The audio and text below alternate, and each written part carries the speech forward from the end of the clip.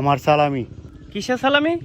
হেই হেই হেই, আপনি কি মঙ্গল গ্রহ থেকে টপকাইছেন?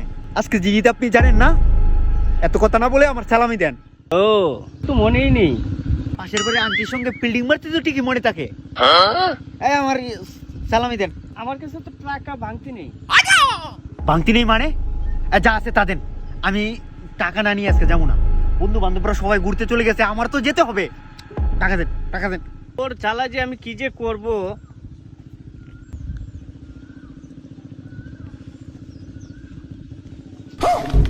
এটা কি?